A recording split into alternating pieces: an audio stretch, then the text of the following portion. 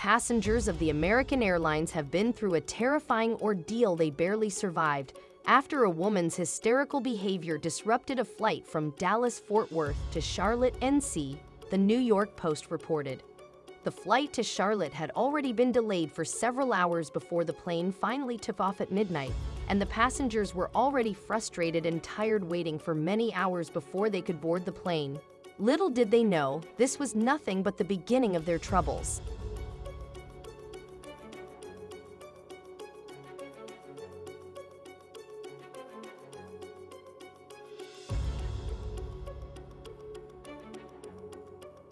With everything that can go wrong with a 50-ton titanium airbus hurtling through the sky several miles above the Earth, passengers sabotaging the flight was the least of their concerns. And sadly enough, the airline security can't do much when it comes to malicious and violent travelers, especially when they're flying over 30,000 feet in the air.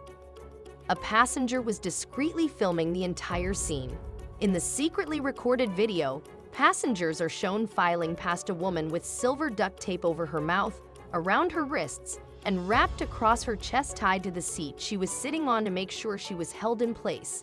Before the duct-taped woman even appeared on video, she could be heard pleading every passerby to come to her rescue and untie her. Flight attendants calmly bid passengers farewell as they shuffle past the restrained woman, who repeatedly shouts "you" and "people" at customers. The passenger recording the video then captures several EMTs standing next to a gurney at the exit of the plane.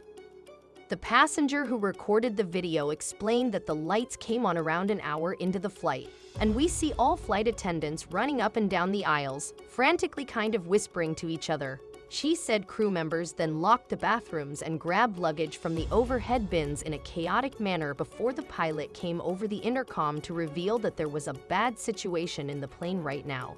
Then we're gradually starting to hear more and more screaming, and we're like, wait a minute, she noted.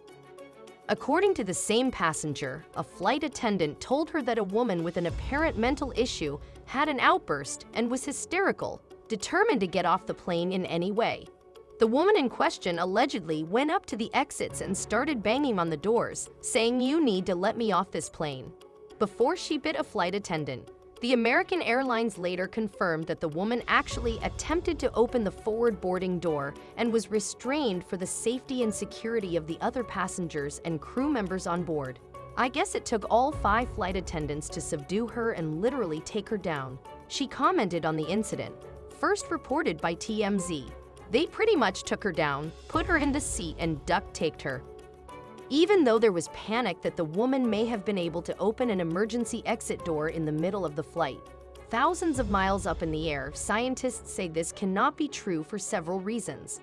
The first one being the plane's automatic locks and the immense air pressure outside the plane that physically prevents any attempts of opening the emergency exits from happening. "You see that great big handle on the door? That's actually locked shut," says Steve Wright, an associate professor of aerospace engineering at the University of the West of England.